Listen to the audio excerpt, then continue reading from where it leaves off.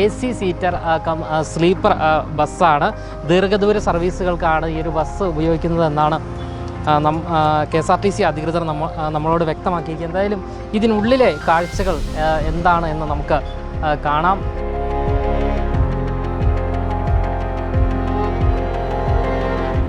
അതായത് ഈ പ്രൈവറ്റ് ബസ്സുകളേക്കാൾ വെല്ലുന്ന രീതിയിൽ വളരെ ആഡംബരപരമായ രീതിയിലുള്ള ഒരു സൗകര്യമാണ് ഒരുക്കിയിരിക്കുന്നത്.